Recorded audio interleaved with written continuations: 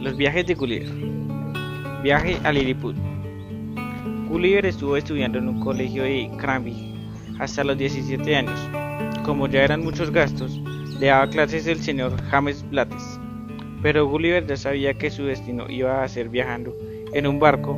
Primero consiguió a bordo de la golondrina como médico.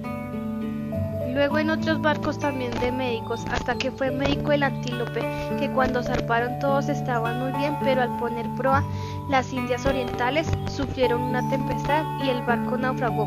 Gulliver y algunos de sus compañeros surgieron montarse en un bote, pero no tenían fuerzas para remar, así que dependían de las olas.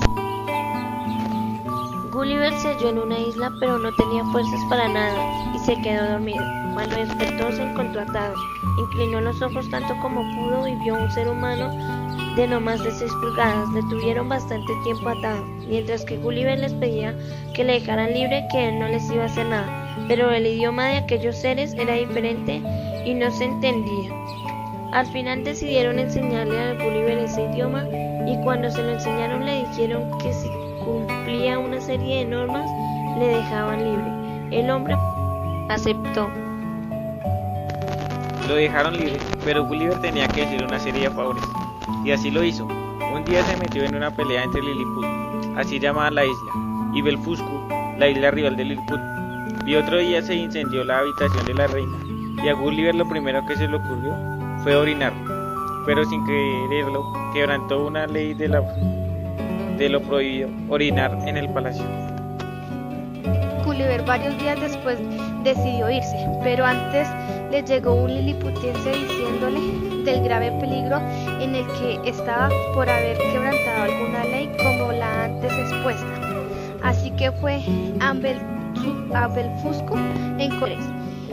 Encontró un bote de su tamaño y se fue antes de que el emperador de Lilliput le encontrase y lo matara.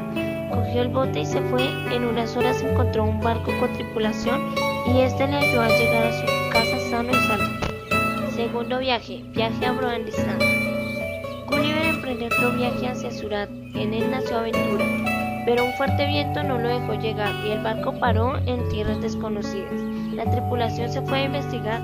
Cuando Gulliver se alejó, vio que la tripulación subió inmediatamente al barco, seguidos de un hombre gigante podando, y Gulliver gritó cuanto pudo para no ser aplastado por este gigante. El gigante le oyó e inmediatamente le enseñó la extraña criatura a su amo, y este se quedó atónito. A su hija le gustó y decidió enseñarle a hablar y a leer en su idioma. Pero el labrador, que era del padre, se le ocurrió otra idea, la de exhibirle por todo el país y así ganarse mucho dinero. Se recorrieron todo el país hasta llegar a la capital, lugar donde se encontraba el rey. El labrador, viendo que Gulliver no se encontraba muy bien, decidió venderle al rey, y este aceptó. Pero Gulliver dijo que si no se quedaba la niña con él, no quería ser vendido, y el labrador aceptó. A Gulliver le dieron todo lo que quiso y se recuperó de su mal estado. Tenía una casa, una habitación, etc. El rey decidió hablar con Gulliver sobre su país para ver si había algo que se pudiera copiar. Y Gulliver le contó todo sobre Inglaterra. Y aunque a Gulliver le gustaba ese país, echaba de menos el suyo y deseaba su libertad. Llegó de una forma muy extraña. Cuando estaba en su casa, notó que estaba volando y supuso que era un águila gigante. Pero de repente notó que se caía como si el águila le hubiera soltado, y eso fue lo que pasó. Cuando se cayó al agua y oyó voces en inglés, y Gulliver se alegró de oír a gente de su tamaño. Le subieron al barco y lo llevaron hasta Inglaterra, y a Gulliver se alegró de volver a ver a su familia